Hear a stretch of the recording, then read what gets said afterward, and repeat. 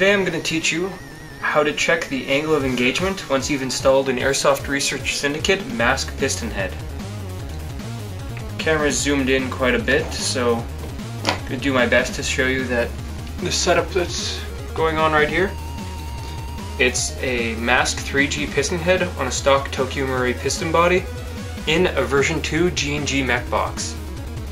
So what you want to do is you want to insert the piston without the spring or the spring guide or anything else, just the cylinder and the cylinder head. You want to push it as far as you can forward. And then what you want to do is you want to stabilize the sector gear and rotate it slowly to see how it catches on the piston. This one here catches almost perfectly, as you can hopefully see.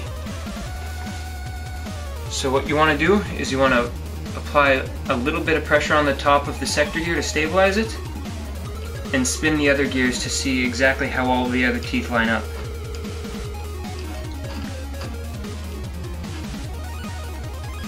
As you can see on the last teeth right here, everything's lining up pretty much exactly as it should. It's almost full tooth contact. It would be full tooth contact if the other side of the mech box is on. Because this is a little bit wobbly in the bearings, it won't line up as it should, but once the other side is installed, it'll line up exactly like that. So for this setup here, there's no modification required. Now I'm going to show you how to check it with the upgraded cylinder head that has the sorbothane pad attached.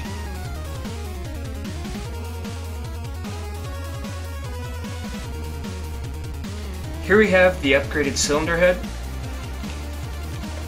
Hopefully you can see it there.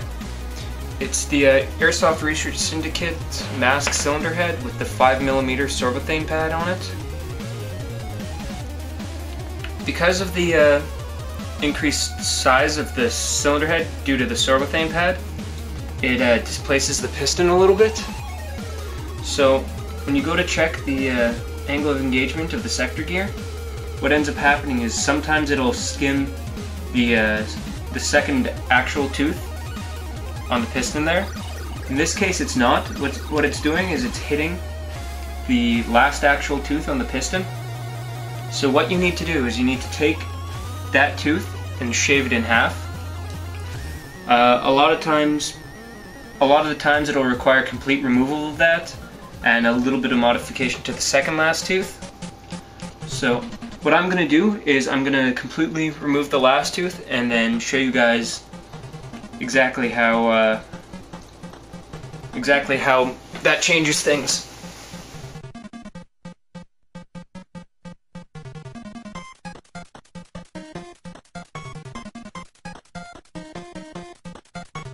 As you can see here, the piston's been modified. What I've done is I've shaved the last tooth off completely, then cut the second last tooth in half. I shaved the last tooth off just using a X-Acto knife, and then I shaved the second tooth down just using a small microfile. Now we're going to test the area of engagement on the sector gear to the piston. Just like I did before, you want to stabilize this a little bit, turn it slowly, clears both the teeth, and see how it mates up with the piston stop at the back there. It's coming in full contact, which is exactly what you want. From here, just stabilize.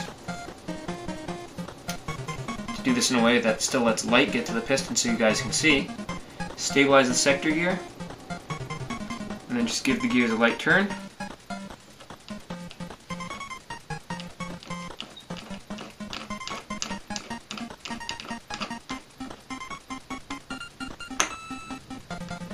As you can see, everything once again lines up exactly as it should. So that's the big modification that you have to do to install the MASK kit. It's really not as big as a lot of people make it out to be, and this MASK kit gives you perfect compression. Alright, thank you guys for watching.